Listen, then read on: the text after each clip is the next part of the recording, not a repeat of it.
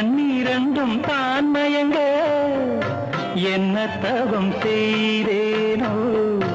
என்னவென்று சொல்வேனோ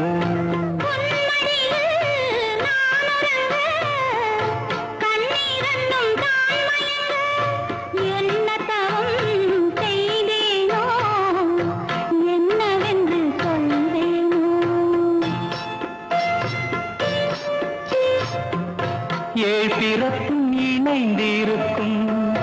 சொந்தம் இந்த சொந்தமம்மா